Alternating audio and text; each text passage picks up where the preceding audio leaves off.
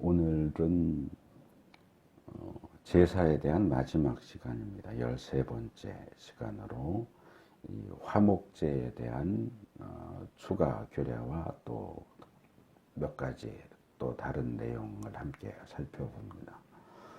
다음 주는 종려주일이고 그 다음 주는 이제 부활주일이기 때문에 그 두 주간은 그 절기에 맞춰서 말씀을 전할 거고, 이제 3주 후에는 이제 주제가 이 레위기 초반부에 나오는 제사 이제 끝나고 절묘하게 그렇게 딱 시간이 맞아 들어갔어요. 일부러 그렇게 맞춘 건 아닌데, 이제 제사장에 대해서 다루는 8장, 9장, 10장, 아직 제가 10장 부분 이제 설교 준비를 하고 있는데 8장 한 번, 9장 한 번 하는데 10장은 조금 더 자세히 다룰 필요가 있어서 몇 번을 다루게 될지는 모르겠어요. 그렇다고 아주 많이 다루진 않겠지만 당분간은 제사장에 대한 내용을 이제 다루고, 그 내용이 끝나면 이제 11장부터 나오는 거룩과 관련되는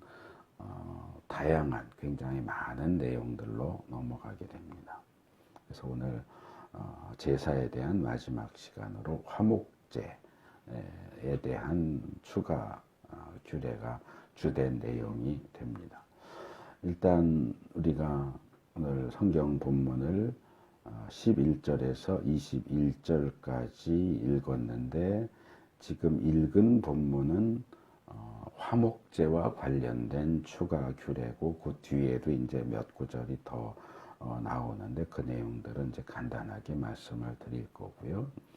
일단 이 화목제의 추가 규례에 대해서 개괄적으로 말씀을 드리면, 우리가 지금 사용하고 있는 이 세번역 성경 레위기 3장 1절에 보면 이 화목제물에 대해서 이제 각주를 붙이고, 밑에 나오는 각주를 보면 화목제사는 제단 위에서 불사르고 나머지는 제사 드리는 사람들이 나누어 먹음, 이렇게 설명이 나와 있어요. 그래서 저는 이제 화목제에 대해서 설교를 하면서 그 내용을 다 말씀을 드리긴 했지만, 정작 화목제를 다루는 레위기 3장에는 이 남은 고기를 나눠 먹는다는 내용은 거기에는 나오지 않아요.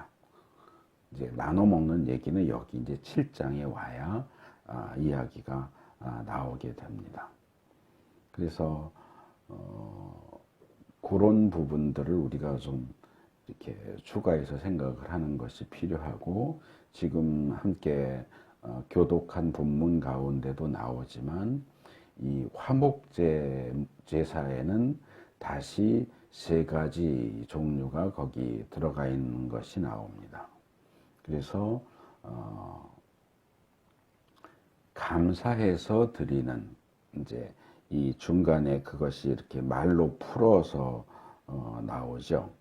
그래서 13절에 보면 감사의 뜻으로 드리는 화목 제사의 제물, 이렇게 나오고, 그 다음에 16절에는 서약한 것을 지키려고 바치는 제물, 그 다음에 그저 바치고 싶어서 스스로 바치는 제물, 이렇게 설명조로 나오는데, 이제 신학교에서는 그것을 지금은 또 뭐 달라졌는지 모르겠는데, 제가 대학 다닐 때만 해도 그냥 한문 표현 써서 감사해서 드리는 화목제물은 감사제, 서원을 한 것을 지키기 위해서 드리는 화목제는 서원제, 그리고 그냥 바치고 싶어서 드리는 화목제는 자원제, 이렇게 불렀어요. 감사제, 서원제, 자원제. 그 용어만 들어도 이제 한문을 모르는 요즘 세대는 어떨지 모르겠지만, 어느 정도 한문을 아는 분들은 그 용어만 들어도 이게 어떤 성격의 제물이냐 하는 것을 알 수 있을 거고, 어쩌면 이 화목제에 속하는 이 세 가지 종류의 제물은 오늘날 교회에서 드리는 감사헌금 하고 제일 비슷한 성격이 아닐까라는 생각이 들어요. 그래서 감사헌금 드리는데 이런 일이 있어서 감사합니다 해서 드리는 것도 있고, 또는 이렇게 해주세요 하면서 드리는 것도 있고, 그냥 드리기도 하고, 또는 예전에 하나님한테 약속해서 드립니다 이렇게 드리는 경우도 있고. 그러니까 우리가 전반적으로 통틀어서 드리는 감사헌금의 경우는 이제 대부분 구약으로 말하자면 화목제물 부류에 주로 속한다 이렇게 볼 수도 있겠죠. 물론 이제 화목제물의 경우, 구약의 화목제물의 경우는 하나님께 드리는 부분, 제사장에게 주는 부분을 제외하면 이제 제사 드리는 사람과 주위 사람들이 함께 그것을 나눠 먹는다는 점에서, 우리가 감사헌금 드리면 그거 뭐 일부 목사님 주고 일부는 또 뭐 하나님께 또 드리고 일부는 또 드린 사람이 돌려받아서 성도들끼리 밥 먹고 뭐 이러지는 않잖아요. 이건 그냥 우리가 드리는 감사헌금은 다 그냥 하나님께 교회에 이제 드리게 되지만, 구약의 화목제물은 그런 식으로 여러 용도로 나누어지는 것을 볼 수 있습니다. 그래서 비슷한 부분도 있고 다른 부분도 있지만 얼추 생각하면 그렇게 좀 비슷한 점이 있다, 그런 식으로 생각을 하시면 될 것 같습니다. 근데 여기서 이제 3장에서는 다루지 않았던 내용들이 갑자기 화목제와 관련해서 이렇게 와르르 쏟아져 나오는 이유는 이 화목제물의 나머지 고기를 제사 드린 사람이 먹는다 하는 문제 때문에 그래요. 그리고 새삼스럽게 또 화목제물 가운데는 감사제가 있고 서원제가 있고 자원제가 있다 하는 이 얘기를 하는 이유도, 이 세 가지 중에 감사제와 나머지 서원제와 자원제의 경우 이 남은 고기를 먹는 기한이 달라요. 감사제의 경우는 그날 다 먹어야 되고, 서원제나 자원제의 경우는 이튿날까지 먹을 수 있어요. 하루가 더 기간이 주어져요. 그래서 이 고기 먹는 기간이 다르기 때문에 그걸 제시하기 위해서 감사제의 경우는 그날 다 먹어라, 서원제와 자원제는 이튿날까지 먹을 수 있지만 3일째 되는 날은 먹으면 안 된다, 이런 식으로 이렇게 종류를 구분해서 이제 설명을 하다 보니까 3장에서는 나오지 않았던 내용들이 이렇게 줄줄이 사탕처럼 엮여서 이제 계속 한꺼번에 많은 내용이 나오는 겁니다. 그래서 제가 예전에 각 그 제사들을 다룰 때에 번제도 2번, 소제도 2번, 속죄제는 4번 했고, 화목제하고 속건제는 1번씩밖에 다루지 않았는데, 지금 추가 규례는 오히려 번제, 소제 제가 묶어서 한꺼번에 다뤘고, 속죄제, 속건제 묶어서 한꺼번에 다뤘는데, 화목제의 경우는 오히려 화목제만 따로 이렇게 다룰 수밖에 없는 게, 화목제 관련된 추가 규례가 많이 나오기 때문에 그래요. 그래서 이 화목제물의 경우는 기본적으로 감사제냐 서원제냐 자원제냐를 따지지 않고, 기본적으로 화목제물을 바칠 때는 하나님께 드려지는 피와 기름기 부분, 그리고 제사장의 몫으로 주는 것, 그러니까 가슴, 이 고기 짐승의 이 가슴 부분하고 오른쪽 뒷다리 부분을 제사장에게 줍니다. 이것도 더 뒤에서 설명하겠지만, 또 그것도 받는 제사장이 이 대상이 달라요. 그래서 소제도 가루로 드리느냐 음식으로 드리냐에 따라서, 제물에 따라서 분배하는 게 다르다고 그랬죠. 음식물로 만든 소제물은 제사를 직접 집례한 제사장에게 주고, 가루로 된 소제물 나머지는 그냥 제사장들 전체가 공평하게 나누어 갖고, 속죄제에 남은 고기, 그리고 속건제에 남은 고기도 달라서 속죄제에 남은 고기는 제사를 집례한 제사장에게 주고, 속건제에 남은 고기는 제사장들 전체, 성막에서 섬기는 제사장들에게 준다. 이렇게 해서 즉 제사장들 가운데서 그 제사를 직접 집례한 사람에게, 제사장에게만 주는 경우가 있고, 그 제사를 집례하지는 않지만 성막에 소속돼서 제사장으로 일하는 사람들에게도 주는 그런 경우가 따로 있고, 소제물도 그렇게 둘로 나눠지고, 소제물이 둘로 나눠지는 것처럼 속죄제와 속건제가 쌍을 이루면서 속건제의 나머지는 집례한 제사장, 속건제의 나머지는 그냥 제사장 전부에게 주어지고, 이 화목제물 같은 경우도 마찬가지예요. 기름기 부분은 태워드리지만 가슴 부위와 뒷다리는 제사장에게 주는데, 이 가슴 부위가 뒤에서 설명을 하겠지만 하여간 그 중에 하나는 집례한 제사장에게 주도록 돼 있고, 나머지는 전체 제사장을 대상으로 주도록 그렇게 되어 있어요. 그래서 그 부위, 기름기 부분과 제사장의 몫으로 주는 것 이외에 나머지 고기는 제사를 드린 사람에게 되돌려 주어서 그것을 먹게 합니다. 그런데 이미 레위기 3장에서 화목제를 다루면서 지적했듯이 화목제는 다른 제사와는 달리 짐승을 바치지만 수컷만을 요구하지 않고, 물론 속죄제도 암컷을 드리는 경우가 예외적으로 있기는 하지만 대부분은 수컷을 요구하지만 화목제물의 경우는 암컷도 드릴 수 있게 한다는 것이 좀 달랐고, 그리고 다른 짐승 제사에서는 소, 양이나 염소, 그게 안 되면 비둘기, 이렇게 새를 제물로 사용하는 것이 허락이 됐지만 화목제물 같은 경우는 새는 드리지 않는다. 왜? 새는 화목제물로 부적합하기 때문이 아니라 화목제는 제사를 드리고 남은 고기를 나누어 먹는데도 중요한 의미가 있기 때문에 새 한 마리, 두 마리 드려봐야 그 남은 고기라고 해봐야 뭐 1인분 정도밖에 안 되니까 이걸 나눠 먹는다.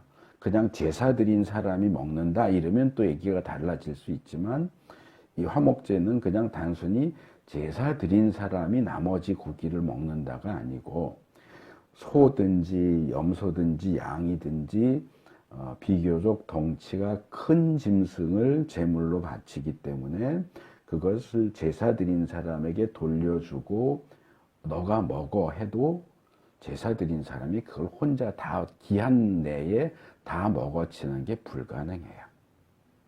이 기한 제한 때문에 그래요. 기한 제한이 없으면 뭐 훈연을 시키든지, 뭐 그 당시 냉장고는 없었으니까 뭐 훈제 고기를 만들든지 해가지고 쟁여놓고 한 달이고 두 달이고 먹으면 되는데, 물론 그 보관 방법이 그때는 그 지역은 또 그 지역대로 있기는 했겠지만, 생각해 보세요. 송아지 화목제물로 드렸는데 그걸 감사제로 드렸으면 그날 다 먹어치워야 돼요. 한 사람이 어떻게 송아지 한 마리를 다 먹어요? 양이나 염소 정도 크기 돼도 혼자서 다 먹기가 부담스러운데, 덩치 큰 짐승을 제물로 드렸는데 이 나머지는 하나님이 당신이 다 먹어야 된다고 하신다. 그런다고 해서 그걸 꾸역꾸역 어떻게 다 먹어요? 그러니까 사실상 나머지 고기를 제사 드린 사람에게 돌려줘서 먹게 한다는 얘기는 주위 사람들하고 나눠 먹으라는 얘기예요. 나눠 먹을 수밖에 없도록 그렇게 규정이 되어 있는 거예요. 그래서 이제 새는 없죠. 그래서 시간 여유를 굉장히 촉박하게 잡고 있고, 뒤에서 또 설명하겠지만 만약에 그 기한을 어기면, 만약에 감사제물을 화목제물을 드려서 그날 다 먹어야 되는데 먹어도 안 없어져서 남았다, 이튿날째 남았다, 그러면은 거기에 대한 내용은 나오지 않지만 서원제, 자원제 항목에 가면 그 내용이 나와요. 이틀 때까지 먹었는데도 남았다. 사흘째 되는 날 보니까 자원제, 서원제 고기가 남았다. 그럼 어떻게 해라? 태워버려라. 그건 먹으면 안 된다.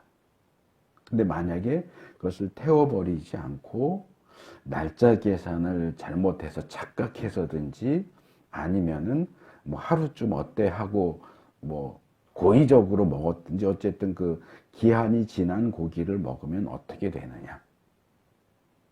이 부분도 이제 뒤에서 설명을 하겠지만 이게 우리가 생각하는 것보다 굉장히 심각한 범죄로 취급이 돼요. 형벌도 굉장히 세요. 뭐 벌금형 뭐 몇 대 맞고 이 정도가 아니에요. 굉장히 가장 강한 형벌이 내려져요. 그러니까 이건 뭐 어떻게 보면 굉장히 좀 우스꽝스럽기도 하고 이상한 상황인 거죠. 하나님 앞에 제물을 드리는데 남은 고기를 제물 드린 사람이 다 먹어야 돼. 근데 이거를 시간 두고 먹으면 되는데 딱 하루 내지는 이틀 안에 다 먹어 치워야 되고 그렇게 못하면 사실상 그 제물 드린 것 자체가 무효가 돼요. 또는 그 기한이 지나서 그걸 먹었다? 그러면 거의 100% 하나님이 벌 내려서 죽어요.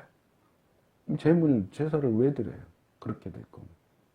그렇게 조건이 까다로우면 잘 안 드리게 될 거 아니에요. 더군다나 화목제는 계속 말씀드렸듯이 의무적으로 드려야 되는 제사가 아니에요. 자원해서 드리는 제사예요. 그런데 왜 이렇게 까다롭게 조건을 붙이느냐. 이 부분도 우리가 좀 생각해야 되는 부분이죠. 그래서 화목제는 레위기 3장에서 다루면서 말씀드렸지만 대부분의 다른 제사들은 제사를 드리는 사람과 하나님 사이의 수직적인 관계에 초점을 맞추지만 화목제의 경우는 하나님과 인간 사이의 수직적인 관계도 무시하지 않지만 제사 드리는 사람과 그의 이웃, 다른 사람들 사이의 수평적인 관계도 굉장히 강조하는 제사다. 그래서 오늘날 우리가 예배 드린다고 하면서 하나님과의 관계만 강조하고 예를 들어서 예배 나는 그리스도인이니까 하나님한테 예배 드려야 해 이러면서 주위 사람들에게 피해를 입히거나 그렇게 한다면 그건 잘못된 화목제 정신에 어긋나는 거예요. 물론 더 이 현대의 다종교적이고 다문화적인 상황에서는 조금 더 우리가 깊게 연구하고 고민해야 될 그런 더 복잡한 상황이 있긴 하지만 그냥 단순화시켜서 말하면 그런 거예요.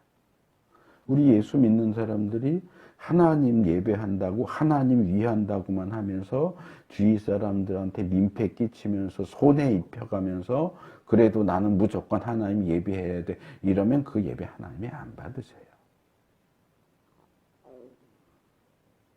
예수님은 그 얘기 했잖아요.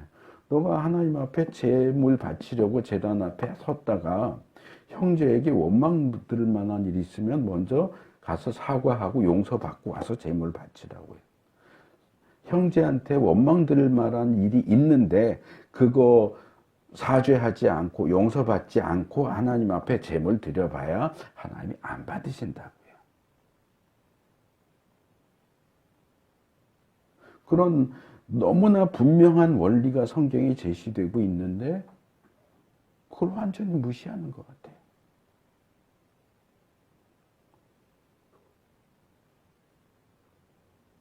그래서 그런 부분들을 우리가 제대로 배워야 돼요. 철저하게 배워야 돼요. 한쪽으로 치우치면 안 돼요. 성경이 이것도 가르치고 저것도 가르치는데 내 마음에 이게 마음에 든다고 저거는 무시하고 이것만 출창 붙잡고 외쳐대면 안 된다고요. 하나님 편협한 분이 아니에요. 왜곡된 분이 아니에요. 하나님은 우리의 수평적인 관계와 수직적인 관계를 둘 다 중요하게 생각해요. 우리가 하나님도 중요하게 여기시는 수평적인 관계를 다 내팽개 쳐버리고 수직적인 관계만 위한다고 하면 하나님이 기뻐하실까요? 그렇지 않아요. 자, 그래서 12절에서 15절로 넘어가면 이제 감사제에 대한 내용인데, 화목제, 감사제는 기본적으로, 그러니까 화목제는 기본적으로 짐승을 제물로 삼아서 드리는 제사인데, 여기 나오는 설명을 보니까 이 실제로 화목제를 드릴 때 짐승 제물만 드리는 게 아니고 소제를 함께 드려요. 그러니까 감사제로 드리는 화목제는 소제와 함께 드려라. 여기 12절에 뭐 설명이 길게 나와요. 뭐 누룩을 넣지 않고 기름으로 반죽하여 만든 과자, 누룩을 넣지 않고 기름만 발라서 만든 과자, 고운 밀가루를 기름으로 반죽하여 만든 과자. 길게 설명되어 있는데, 이건 우리가 소제에서 살펴본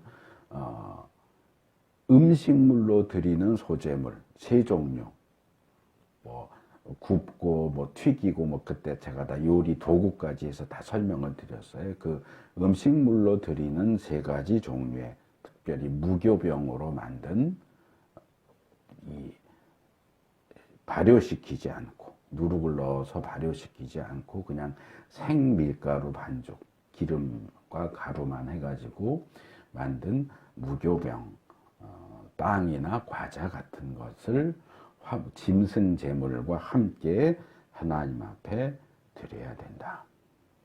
그리고 그것 외에도, 무교병 외에도 유교병도 바쳐라. 이건 이제 누룩을 넣어서 반죽이 부풀게 해서 만든 더 부드럽고 더 맛있는 빵이죠. 물론 이거는 제단에 불 사르진 않아요. 누룩은 제단에 불 사르지 못하도록 되어 있기 때문에 이건 아마 요제로 드리겠죠. 이렇게 들어 올렸다 내리는 방식으로 불태우진 않고. 그래서 감사제는 화목제물, 감사제로 가져온 짐승 제물에 더하기 음식물 세 가지 종류의 음식물 소제에다가 유교병으로 만든 소제물 해서 세 종류를 함께 드리는 종합 선물 세트 같은 그런 제사입니다. 제가 전에 상번제를 얘기할 때도 그렇게 설명을 했죠.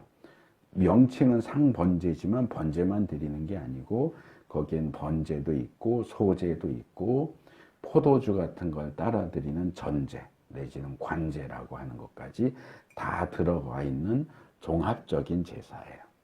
화목제도 그런 비슷한 성격을 가지고 있죠. 그래서 이것도 이 유교병을 기본 소제에선 유교병을 안 드리는데 이 화목제에선 유교병을 드릴 수 있도록 하는 것은 역시 이 다른 사람들과 잔치하면서 나누어 먹도록 하기 위한 제사이기 때문에 더 맛있는, 무교병은 아무래도 딱딱하고 맛이 없죠. 그러니까 더 맛있는 음식 해서 나눠 먹으라는 그런 의도도 들어가 있는 것으로 보입니다. 그래서 이 감사제의 남은 고기는 그날 다 먹어야 돼요. 뭐 아무리 큰 덩치를 가진 제물을 바쳤어도 감사제로 드렸으면 그날 다 먹어 치워야 되고, 이 규정 때문에 제사를 드린 사람은 아까워도 자기가 원하지 않아도 동네 사람들 불러서 동네 잔치를 할 수밖에 없어요. 그 다음에 16절에서 18절은 서원제와 자원제를 같이 다룹니다. 둘 다 드리는 이유는 다르고 종류도 다르지만 이 남은 고기를 먹는 기한이 똑같이 이틀이기 때문에 두 개를 함께 묶어서 취급을 하는 겁니다. 그리고 다른 점은 하나예요. 감사제는 그날 당일까지만 먹을 수 있지만 이 서원제와 자원제는 이튿날까지 먹을 수 있다. 하루 기한이 더 주어지는데 왜 하루 기간이 더 주어지는지는 몰라요. 설명을 하고 있지 않기 때문에 몰라요. 그냥 하나님이 정하신 대로 감사제는 당일, 서원제와 자원제는 이튿날까지 먹어야 됩니다. 그리고 사흘째 되는 날에는 만약에 남아있다면 절대로 먹으면 안 되고 불살라야 돼요. 감사제에서는 기한을 넘긴 고기는 먹지 마라 라고만 얘기했는데 여기 서원제, 자원제 부분에서는 기한을 넘긴 고기를 먹었을 경우에 어떻게 되는지를 이야기하고 있고 그것은 소급해서 감사제의 경우도 마찬가지라고 보면 될 것 같습니다. 만약에 기한을 넘긴 고기를 불살라 버리지 않고 아깝다고 먹는다면 세 가지의 결과가 나오게 됩니다. 세 가지의 부정적인 결과가 뒤따릅니다. 첫째로 하나님께서 그것을 제물로 삼아서 바친 사람을 기뻐하지 않으세요.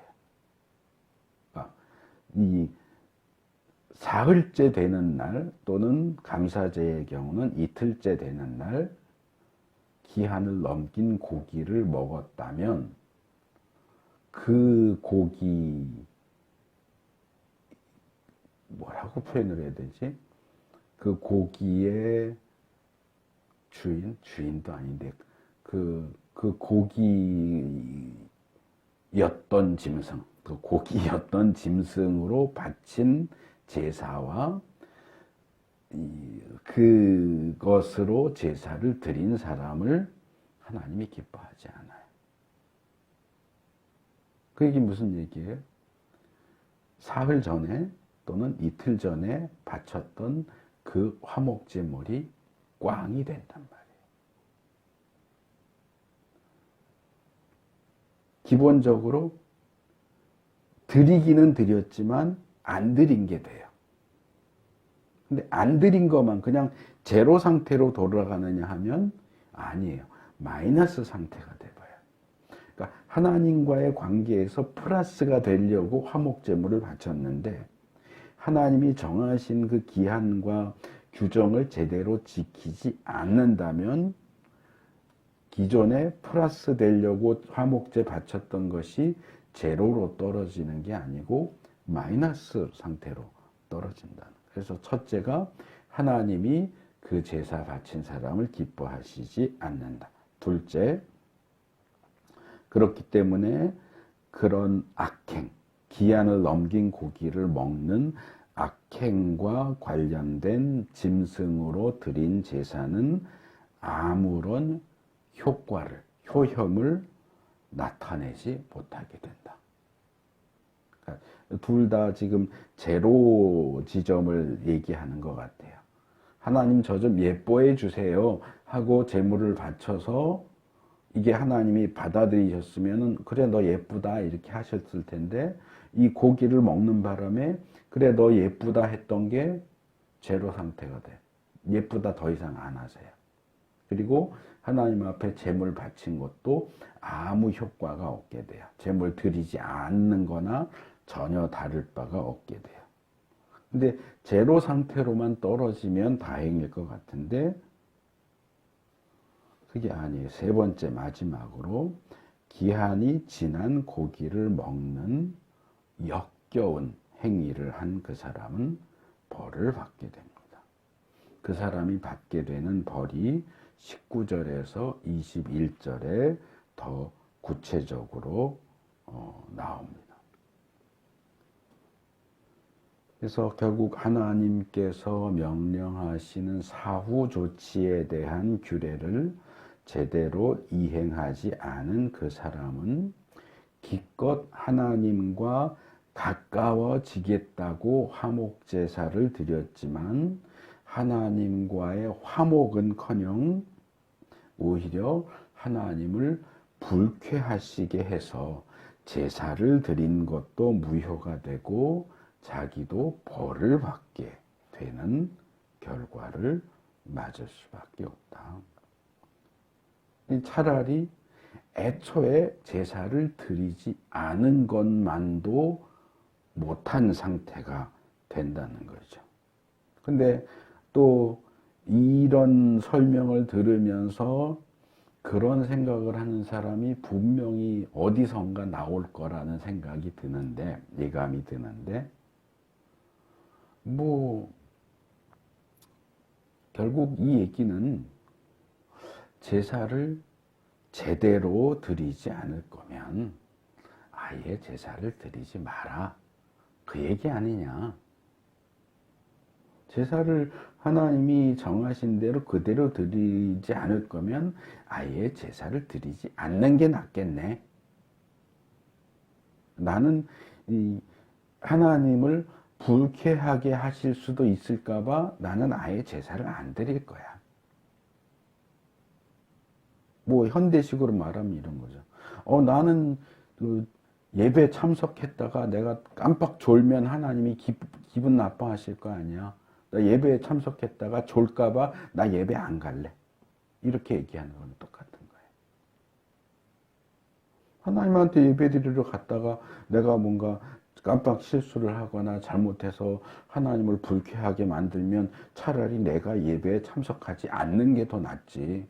굳이 예배에 참석한다고 갔다가 하나님께 오히려 미움받느니 아예 그냥 나는 예배를 안 갈래. 과연 성경이 얘기하는 게 그걸까요? 너 제대로 예배 안 드리면 예배 드리지 마. 이걸 얘기하고 싶은 걸까요? 그건 아니죠.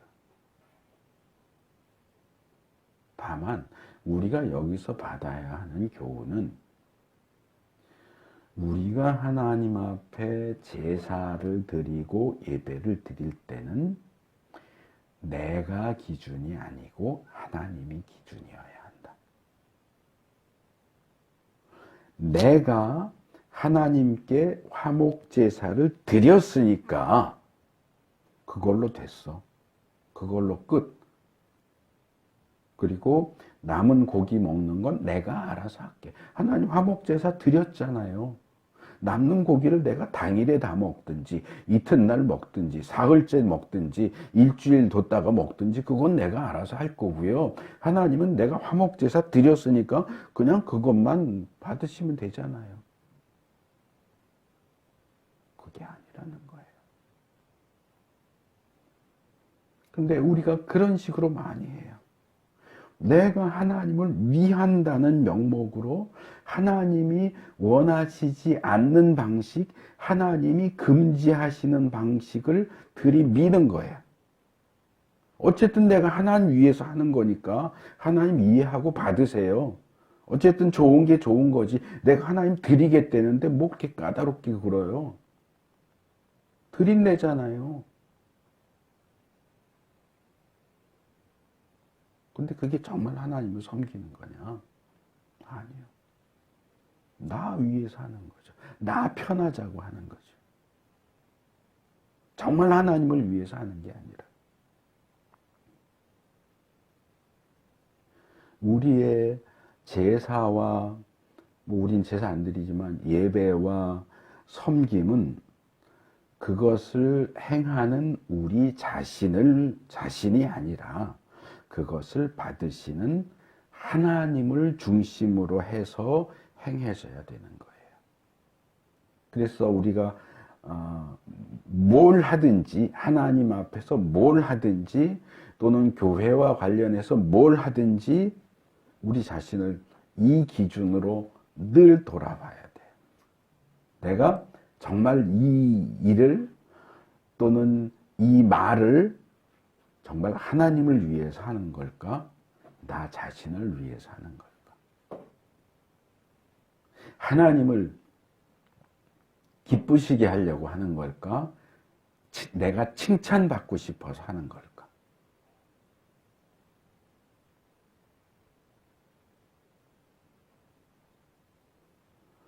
자, 이야기를 좀 더 풀어볼게요. 자, 19절에서 21절로 넘어가면 이제 불결한 것에 닿은 재물 고기에 대한 얘기로 넘어갑니다.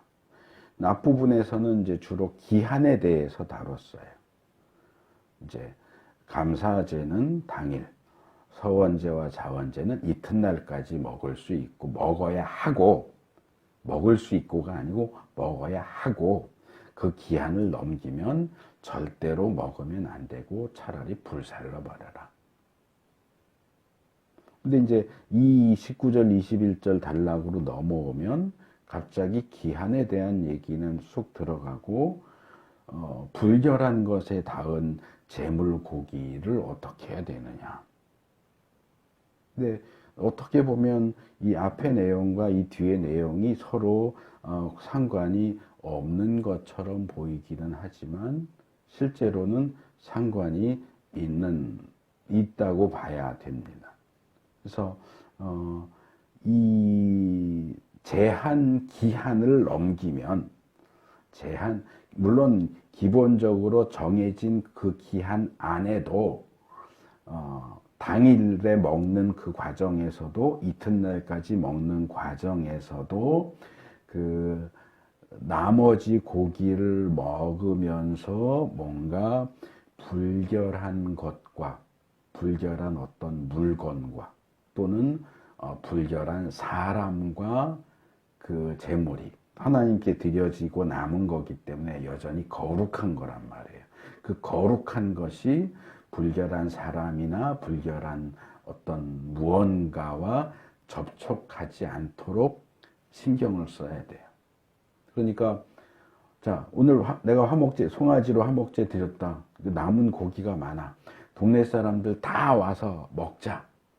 그런다고 해서 아무나 다 와서 먹게 하면 안 돼요. 살펴야죠. 부정을 탄 사람이 있는지 없는지. 그 자리에 부정 탄 사람이 오면 안 돼요. 물론 그 와서 먹겠다고 하는 사람들이 스스로 하나님 앞에 양심적으로 자기의 상태를 돌아보고, 이건 오늘날 교회에서 성찬식 받는 거하고 비슷한 거예요, 사실은. 그거 뭐 어떻게 호구줘서 하고 다닐 수는 없잖아요. 그러니까 본인이 사실은 고백하고 사실 나는 이래서 거기 못 가겠다 이렇게 하면 그럼 오지 마시오 이렇게 해야 되는 거고.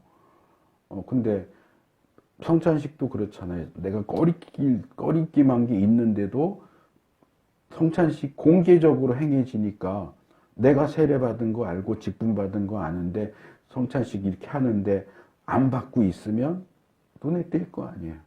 그럼 아무개 집사는, 아무개 장로는 왜 오늘 성찬식에 참여를 안 하지?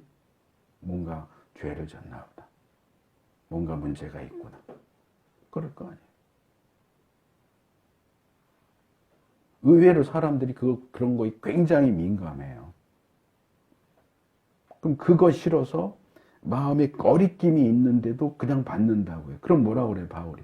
그건 자기 죄를 먹고 마시는 거라고요. 지금 이게 똑같은 케이스인 거예요. 부정한 상태에 있는 사람은 거룩한 고기와 접촉하면 안 돼요. 왜? 그 거룩한 걸 부정하게 만들어 버리니까. 그러면 자기만 망가지고 고기만 망가지는 게 아니고 그 자리에서 고기 먹는 다른 사람도 다 망가뜨리는 거예요. 함께 마시는 물에다가 독약을 타는 행동하고 똑같아요. 그러니까 스스로 자기를 돌아보고 내가 이 거룩한 고기를 먹어도 되는 상태인지 거기에 참석하면 안 되는 상태인지를 잘 따져보고 정말 신앙 양심에 따라서 참석과 불참을 결정을 해야 되는 거예요.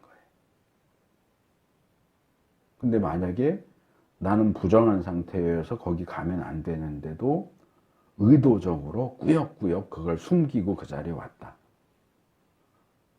이 사람은 하나님 보실 때에 이거는 죽어 마땅한 사람이에요.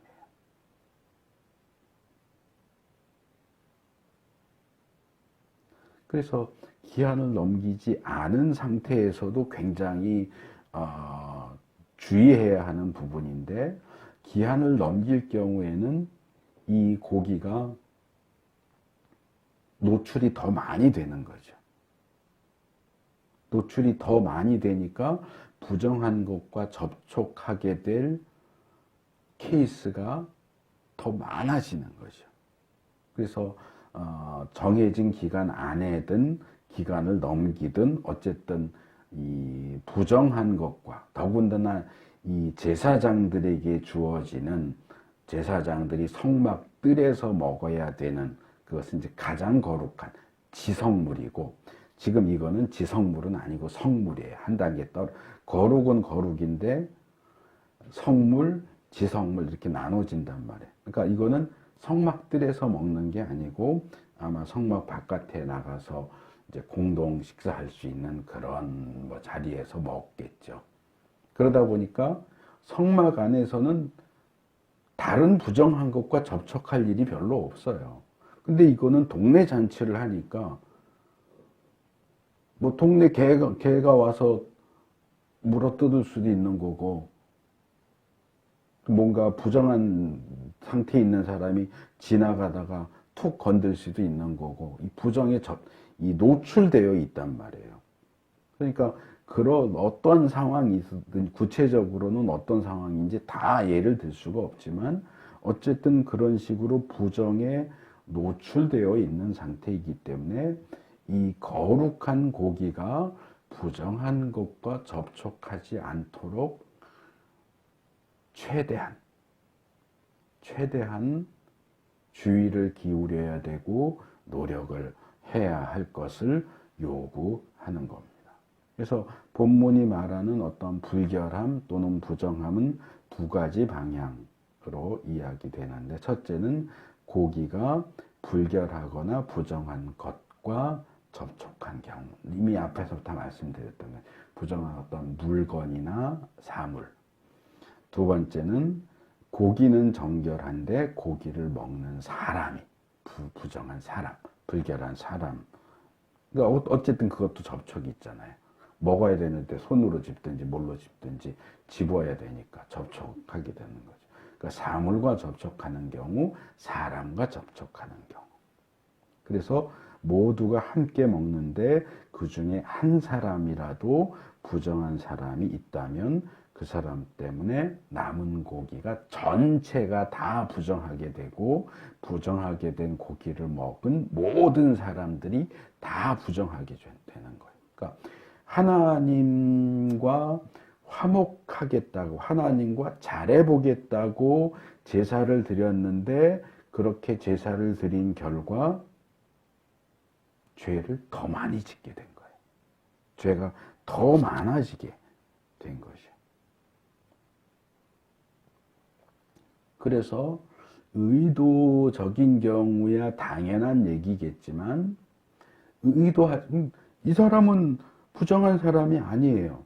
그래서 화목제사 드렸으니까 잔치합시다 그래서 가서 먹었는데, 먹는 사람 가운데 어떤 사람이 부정한 사람이 와서 이게 다 부정해졌네. 고기도 부정해지고 나는 원래 부정하지 않았는데 그 사람 때문에 나도 부정해졌네. 그러면 난 억울하잖아요. 내가 일부러 그런 것도 아니고 알고 그런 것도 아니고, 모르는 사이에 그 부정한 녀석 한 놈이 들어와 갖고 못된 짓 하는 바람에 부정이 옮았는데 어떻게 해야 돼? 근데 화목제물에 남은 고기와 관련해서 부정하게 된 사람에 대한 벌은 원인 제공자이든지 억울하게 감염된 사람이든지 오염된 사람이든지 벌이 똑같아. 그게 뭡니까? 백성에게서 끊어지는 벌을 받아요.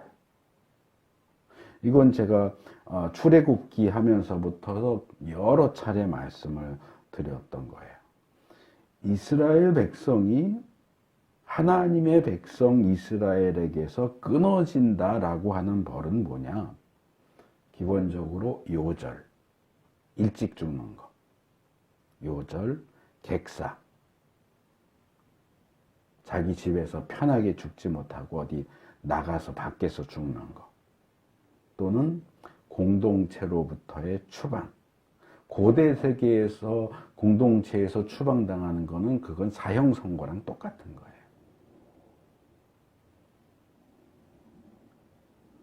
그리고 영적으로 말하면, 물리적으로는 그렇고 영적으로 말하면 구원에서 제외되는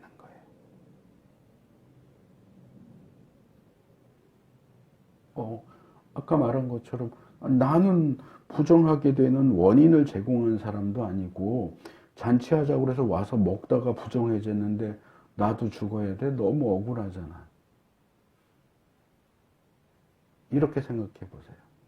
자, 나는 안전하게 운전을 하면서 갔어요. 근데 어떤 미친놈이 차를 이상하게 몰고 가더니 쾅 박아버렸네? 그럼 나는 아무 잘못 안 했으니까 안 다칩니까? 이따만한 트럭을 몰고 와서 박아버렸으면 내 차는 완전히 찌그러들었는데 그러면 그렇게 사고가 났는데 나는 아무 잘못 안 했으니까 안 죽습니까?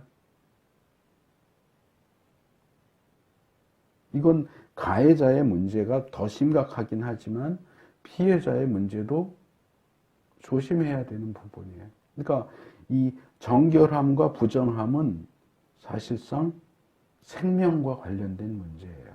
오늘날 우리와는 별 상관이 없는 얘기 같지만 이 구약이 이스라엘 백성들한테는 정말 목숨이 걸린 문제예요. 그래서 제사 드릴 때도 어떻게 한다고 그랬어요? 제사 드린 사람이 나 제사 드리려고 제물 가져왔는데요. 그럼 얘 잡으세요. 이렇게 안 한다고 그랬잖아요. 제사장이 제물로 바치려고 가져온 짐승을 꼼꼼하게 살펴요. 흠이 있는지 없는지. 흠 있는 거 가져왔으면 빠꾸 안 드려요. 하나님 안 받으신다고요. 틈 없는 걸로 다시 갖고 오세요. 소재물 갖고 와도 여기 누룩이 섞여 들어간 게 있나 없나 다 살펴요. 꼼꼼하게 다 살펴갖고 하자가 없는 경우에만 제사를 드려준다고요. 왜요? 혹시나 생길 수 있는 사건, 사고를 방지하기 위해서. 제사장이 꼼꼼하게 안 봤어요. 드렸더니 누룩이 섞인 걸 제단에 불살랐네? 제사장이, 아니, 전 몰랐는데요. 그건 몰랐으면 안 되는 거지. 제사장 하는 일이 그건데. 제사 드린 사람이, 아니, 전 몰랐는데요. 그 제사 드리는 사람이 자기가 하나님이 정하신 대로 해야지. 아무 생각 없이 그냥 집에 돌아다니는 거 아무거나 집어와가지고 규정에 어긋나는 건지도 모르고 드리겠다고. 그게 모르고 범한 죄잖아요.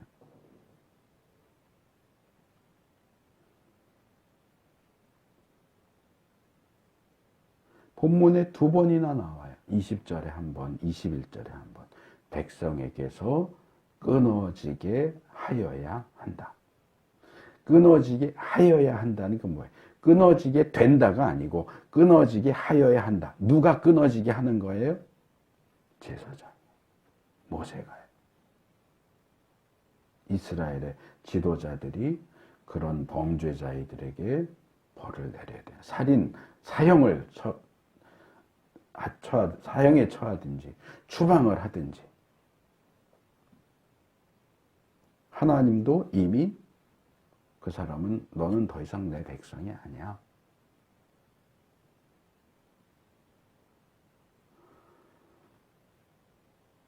여기 이 부분은 우리가 뒤에 이제 11장에 나오는 음식법 다룰 때도 비슷한 내용이 나오기 때문에 미리 좀 말씀을 드리자면, 여기 이렇게 기한을 넘긴 고기를 히브리어로 피굴이라고 불러요. 피굴.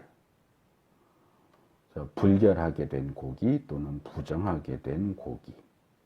그래서 이 피굴과 관련해서 다수의 학자들이 이 피굴은 뭘 얘기하느냐, 부정하게 된 고기가 도대체 뭐냐, 이게 다수의 학자들이 이건 위생적인 의미에서 상한 고기, 썩은 고기를 가리키는 거다라고 주장합니다. 근데 또 어떤 학자들은 거기에 동의하지 않고 저도 이 후자의 입장이에요. 이 지역이 상당히 건조한 기후거든요. 그리고 물론 당시에 냉장고 같은 건 없었지만 냉장고가 없었다고 해서 뭐 옛날 사람들이 뭐 고기 같은 거 하면은 그날 하루에 다 먹어 치우고 남기거나 보관하거나 그러는 기술이 없었을까요? 오늘날에도 많이 쓰이는 이 훈제, 훈연이라고 하는 게 이 냉장고가 없는 시대 아니면 염장, 소금 뿌려서 보관을 하거나 불에 끌려 가지고 보관을 하거나 이게 냉장 기술, 냉동 기술이 없는 냉장고가 없는 시대에 음식물을 보관하는 방법이란 말이에요. 그런 기술들은 이미 다 알려져 있었어요. 그런 점을 감안한다면 하루 이틀 사이에 이 고기가 썩고 상할 일은 없어요. 그러니까 이 피굴은 썩은 고기가 아니에요. 상한 고기가 아니에요. 이건 위생적인 의미에서 썩고 상한 고기를 가리키는 게 아니고 제의적인, 제사적인 의미에서 부정하게 되는. 지난번에 제가 이 부정탄다라는 번역 되게 잘 된 번역이다 그랬잖아요. 실제로 뭔가 더러운 게 묻고 뭐 상하고 썩어서 부정하다라고 하는 게 아니고 제의적인 측면에서 부정하다는 거예요. 이게 이제 11장 가서 다시 얘기해야겠지만 왜 하나님이 어떤 것들은 먹지 말라고 하느냐. 현대 학자들 가운데는 그게 실제로 우리 몸에 안 좋기 때문에 위생적으로 안 좋기 때문에 먹지 말라고 하는 거다라고 얘기하는데 저는 그 점에 별로 동의하지 않아요. 그러면 구약시대는 먹지 말라고 했는데 신약시대 와서 그 제한이 풀린 거는 어떻게 봐야 돼요? 구약시대에는 몸에 안 좋았는데 신약시대 오면 몸에 좋아졌나요? 그걸 너무 현실적으로 그렇게 성경을 읽으면 안 돼요. 성경의 사고방식으로 본문을 읽어야지 고대의 문서를 현대의 기준을 가지고 자꾸 현대의 기준을 거기다 집어넣어서 이거는 위생적으로 몸에 안 좋고 뭐 콜레스테롤이 있고 뭐 기생충이 있고 이런 식으로 자꾸 몰아붙이면 안 돼요. 어쨌든 뭐 하나님이 먹지 말라고 하는 건 안 좋으니까 먹지 말라고 하셨겠지. 아니요. 꼭 그런 건 아니에요. 여기서도 마찬가지예요. 부정한 고기, 피굴이 꼭 상해서 썩어서 먹지 말라고 하는 거냐? 아니요. 전혀 상하지도 않고 전혀 썩지도 않았을지라도 제의적인 측면에서 부정을 탔기 때문에 먹지 말라고 하는 거예요. 단순히 뭐 썩은 거 먹어서 배탈 날까봐 먹지 마. 썩은 거 먹어서 배탈 나면은 하나님 앞에 큰 죄고 죽어야 되고 구원 못 받아야 하는 죄인가요? 상한 음식 먹는 거는 구원을 잃어버릴 만한 큰 죄인가요? 아니요. 그렇지 않아요. 제가 어제 그 표 하나를 보내드렸어요. 전에도 비슷한 표 성기문 교수라고 하는 분이 만든 표 소개를 했는데 여기는 이 5가지 제사의 제물을 어떻게 처리하는지에 대한 세부적인 사항을 표로 만든 겁니다. 그래서 오른쪽으로 쭉 위쪽에 가로로 되어 있는 거는 이 제물을 쭉 나열해 놨고 왼쪽에 세로로 되어 있는 것은 뭐 먹을 수 없는 부위, 제사장에게 주는 것, 또 특징적인 호칭, 어디서 먹을 것이냐, 누가 먹을 수 있는 것이냐, 언제까지 먹을 수 있냐, 기한, 이렇게 해가지고 뭐 예를 들어서 번제물은 먹을 수 없는 부위, 전부. 번제는 전체를 드리니까 먹을 수 있는 게 남지가 않죠. 제사장에게 주어지는 가죽, 번제가 제일 단순하죠. 소제의 경우, 곡식제물의 경우 먹을 수 있는 부위, 먹을 수 없는 부위는 기념물, 제단에 불 자르는 일부분, 제사장의 소유는 기념물을 제외한 나머지, 특징적인 호칭, 이 나머지는 지극히 가장 거룩한 지성물, 가장 거룩한 것이라고 지성물이라고 불리고, 먹는 장소는 회막들, 누룩 없이 먹어야 되고 제사장만 먹을 수 있다. 이런 식으로 이제 표를 쭉 보시면 돼요. 그래서 요거는 이제 그동안 우리가 함께 살펴본 5가지 제사에 있어서 하나님께 드려지는 부분, 제사장에게 주는 부분, 또 나머지는 어떻게 처리하고 어떤 특징을 가지고 있고, 이런 부분을 다 묶어 놓은 거니까 이제 보시면 도움을 받으실 수 있습니다. 그래서 한번 참고하시라고 보내드렸습니다. 이 화목제에 대한 걸 좀 정리를 하겠습니다. 구약 여러 차례 말씀드렸지만, 구약에 나오는 이 제사에 대한 규례는 오늘날 우리가 비록 하나님께 제사를 드리지는 않지만, 우리가 하나님께 드리는 예배와, 그리고 예배만이 아니라도 우리가 하나님을 섬기는 뭐 많은 분야가 있잖아요. 하나님을 섬기는 많은 분야.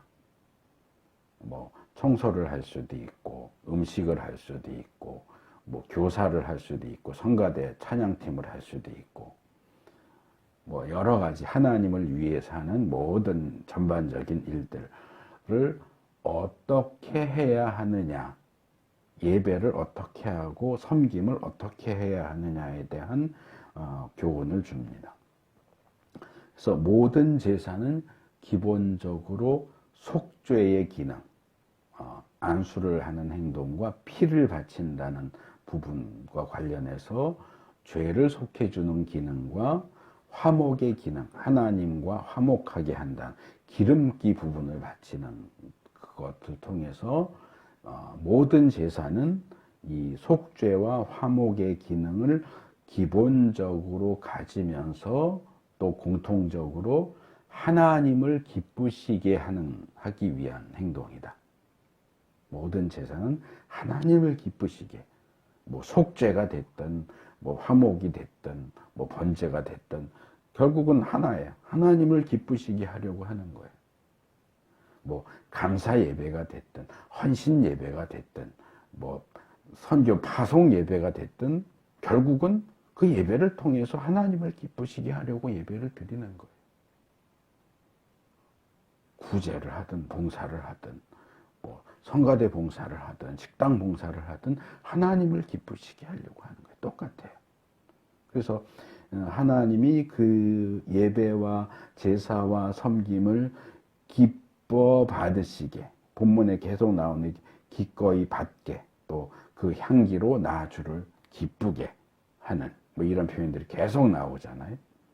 그렇게 공통적으로 속죄와 화목과 하나님께 기쁨을 드린다는 이런 3가지 요소를 기본적으로 공유하면서도 또 각각의 제사들이 가지는 특징적인 이제 주특기라고 말할 수 있는 특징적인 부분도 가지고 있죠. 번제는 헌신, 소제는 희생, 속죄제는 용서, 속건제는 배상, 화목제는 감사와 서원과 자원을 통해 하나님과 사람 사이의 화목.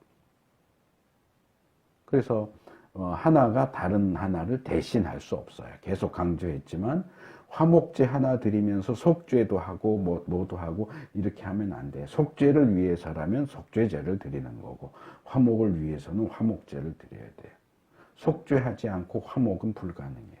화목제에도 속죄의 기능이 기본적으로 장착은 되어 있지만 속죄를 주 목적으로 한다면 당연히 속죄제를 드려야 돼요.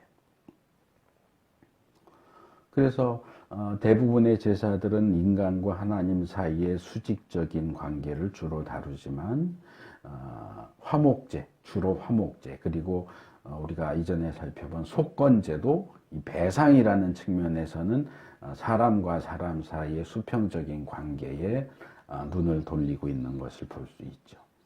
그래서 우리의 예배와 섬김이 온전히 하나님만을 향하는 것이 아니라 다른 사람들과의 관계도 늘 염두에 두는 것이어야 한다. 사람과의 관계는 무시해도 된다. 아니요, 그렇지 않아요. 하나님 나라 백성으로서의 우리의 삶은 하나님과 사람, 하늘과 땅, 영적인 세계와 육적인 세계 모두를 아우르고 포용하는 그런 것이어야 하고 어느 한쪽으로 치우쳐서는 안 됩니다. 특별히 이 화목제는 하나님께 제사를 드리고 난 후에 사람들을 모두 불러 모아서 잔치를 벌이는 것을 통해서 우리의 예배가 하나님께 영광을 돌리는 것 외에도 동료 인간들에게 복된 일들을 함께 축하하고 기뻐하고 또는 슬픔과 비탄에 빠진 동료 성도들을 위로하고 하는 그런 일들이 함께 행해져야 한다는 사실을 보여줍니다.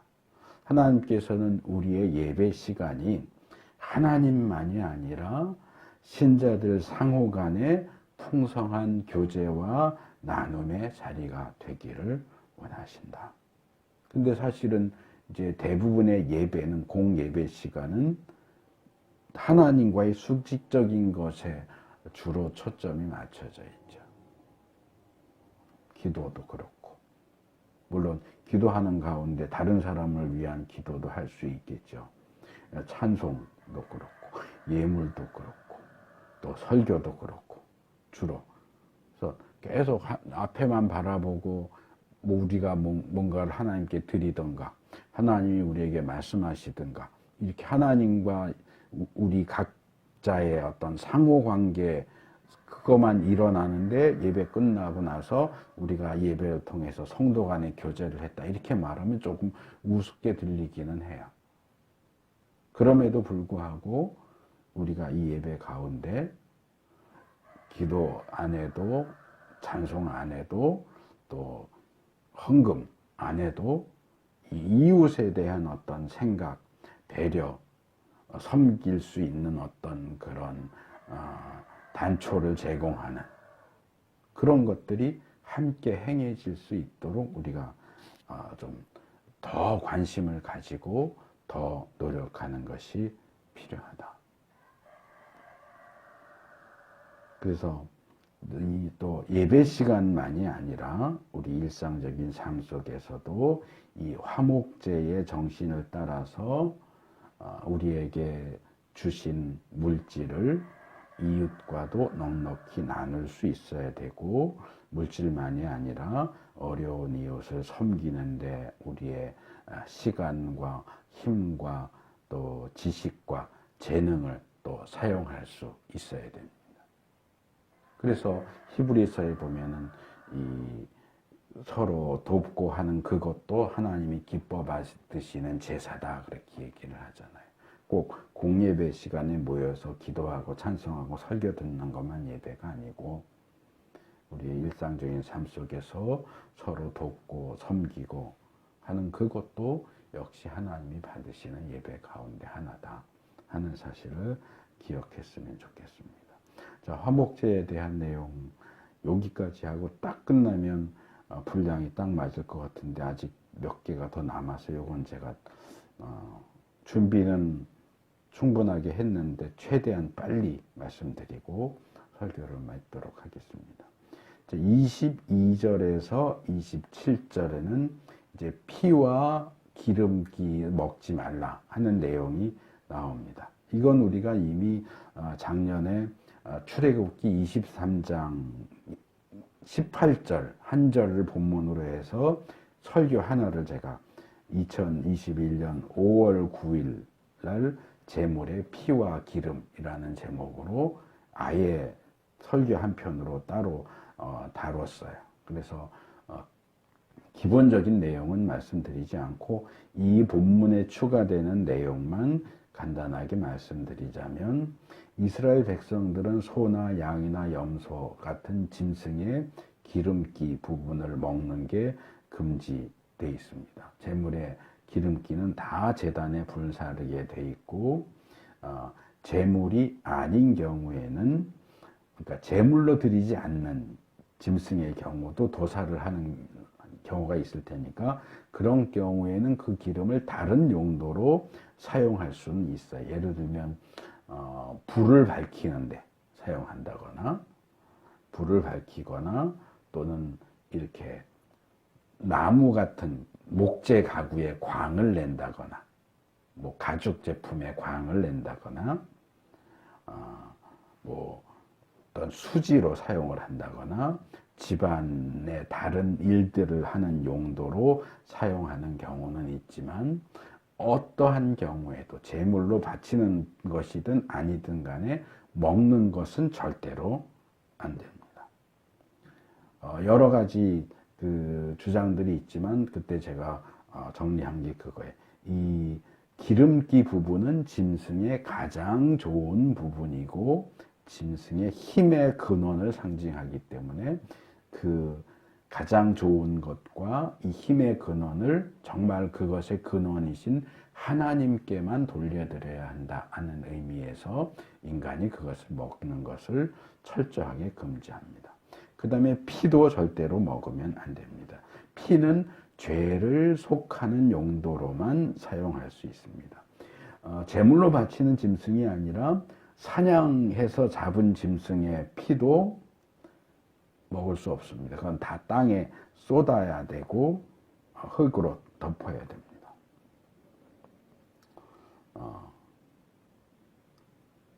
그리고 전에도 말씀드렸지만, 여기서 말하는 기름기는 이 삼겹살 생각할 때 이렇게 껍데기 있고 고기 있는 중간에 하얗게 있는 그거 얘기하는 게 아니에요. 여기서 말하는 기름기는 영어로는 분명히 구분이 되는데, 영어에서는 삼겹살에 있는 지방 부분은 fat, F-A-T 이렇게 fat 이렇게 부르고, 지금 여기서 말하는 기름은 전에도 말씀드렸지만 sweat, S-U-E-T를 쓰는 거예요. 전혀 다른 단어예요. 전혀 다른 종류예요. 그러니까 삼겹살 기름 그거 먹어도 안 돼요. 그 얘기 아니에요. 그거는 상관없는 거예요, 전혀. 그리고 기름기와 피를 먹지 말라는 금지 명령을 어긴 사람은 누구든지 예외 없이 백성에게서 끊어진다. 요절, 객사, 추방, 지옥. 그 다음에 화목제에서 제사장에게 주어지는 목, 앞에서 제가 살짝 설명을 했는데, 가슴 부분과 뒷다리, 오른쪽 뒷다리가 2개잖아요. 그 중에서 오른쪽 뒷다리만 줍니다. 그래서 화목제 가슴 고기는 제사장들에게 줍니다. 제사장들에 주고, 오른쪽 뒷다리는 이 화목제사를 집례한 제사장에게 줍니다. 그래서 소제도 그렇고, 속죄제, 속건제가 짝을 이뤄서 그렇고, 화목제의 경우도 그렇고, 이 제사장에게 주어지는 몫이 제사를 집례한 제사장에게만 주어지는 목, 그리고 그냥 제사장에게는 공통적으로 주어지는 목, 이렇게 두 부류로 나누어져 있는 것을 볼 수 있어요. 이건 이제 지난번에도 제가 말씀을 드렸기 때문에 넘어갑니다. 그래서 하나님께서 더 수고한 사람에게는 수고한 만큼의 수고비를 더 주지만, 또 하나님을 위해서 섬기는 제사장이기 때문에 그들의 기본적인 생계를 공평하게 유지시키기 위해서 이런 제도를 만드셨다 하는 것을 우리가 기억할 필요가 있습니다.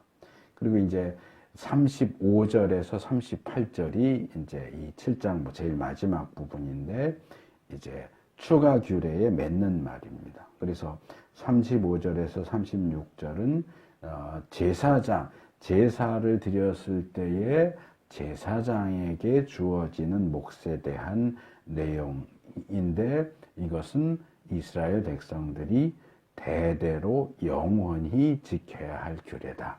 그렇게 말씀을 하십니다. 그러니까 하나님이 정하신 원칙이기 때문에 이스라엘이 마음대로 이 법을 폐지하거나 무시하거나 그러면 안 된다. 하나님이 이건 꼭 지켜야 된다 라고 요구하시는 겁니다. 그 다음에 37절 38절은 제사 규례와 관련해서 이 내용들이, 그러니까 전체적인 내용이죠.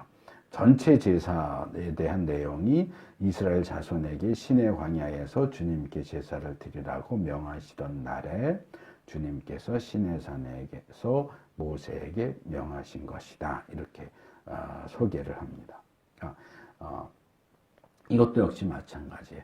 이 규례는 모세가 만들어낸 게 아니에요. 하나님이 직접 명령하신 내용이에요. 하나님이 직접 명령하신 그 내용을 사람이 바꾸거나 뭐 이렇게 제사장한테 많이 줘, 조금만 주자, 이렇게 사람이 바꾸거나 폐지하거나 그러면 안 돼요. 우리 결혼식 할 때 늘 듣잖아요. 하나님이 짝지어 주신 것을 사람이 끊어버릴 수 없다. 하나님이 정하신 규례를 사람이 마음대로 바꿀 수 없어요. 그러니까 이 규례가 반드시 지켜져야 한다. 물론 이것은 구약의 범위 안에서 하는 얘기예요. 신약과 또 교회 이후에는 제사를 드리지 않기 때문에 몇 차례 제가 이 대대로 영원히를 어떻게 읽어야 되느냐는 이미 여러 차례 말씀드렸기 때문에 따로 말씀을 드리지는 않겠습니다. 어쨌든 제사 제도가 존재하는 그 기한 동안 계속 끊임없이 해야 된다는 얘기지, 오늘날에도 우리가 제사를 드려야 된다 그 얘기는 아니에요. 우린 제사 드리지 않으니까 이건 우리에게는 말하자면 불연속적인 부분이죠. 그러나 하나님만을 섬기기 위해서 헌신한 사람들에게 생활을 책임져야 줄 필요가 있다고 하는 부분이 연속적으로 남아있는 거죠. 자, 말씀을 맺겠습니다. 오늘 우리가 화목제를 주로 살펴봤고, 기름과 피의 식용 금지, 그리고 제사장들의 몫으로 주어져야 하는 것들, 그리고 관련된 모든 규례가 하나님께서 직접 제정하시고 명령하신 것이기 때문에 사람들이 마음대로 바꾸거나 폐지하거나 무시하거나 그래서는 안 된다 하는 내용까지 살펴봤습니다. 그래서 조금 전에도 말씀드린 것처럼 오늘날 우리는 제사 드리지 않으니까 여기 나오는 내용들은 다 우리하고는 상관없어, 필요 없어 이렇게 하는 게 아니고 불연속적인 부분이 있고 우리가 더 이상 따라하지 않아도 되는 부분이 있고, 그 정신적인 측면, 원론적인 측면에서는 여전히 우리가 따라야 하는 그런 연속적인 부분이 있다. 이걸 잘 구분해서 제가 계속 다루면서 그 부분을 구분해서 말씀을 드리는 거거든요. 그래서 오늘날 우리에게 뭘 교훈하고 뭘 요구하는지를 말씀을 드리는데, 그래서 뒷부분에서 제가 말씀드린 이 제사들이 우리에게 교훈하는 하나님을 섬기고 예배하는 데 있어서의 헌신, 희생, 회개, 배상, 감사, 서원, 자원, 화목, 하나님과의 수직적인 관계와 다른 사람들과의 수평적인 관계, 하나님께서 세우신 사역자들의 생계를 보장해 주는 것, 이런 것들은 전혀 오늘날 우리와 무관하다고 할 수 없는 부분이에요. 그래서 이런 부분에 있어서 우리가 이 하나님의 그 뜻과 계획을 감당할 수 있도록 우리에게 힘을 주시고, 또 연약한 교회들이 많고, 그런데 어떻게든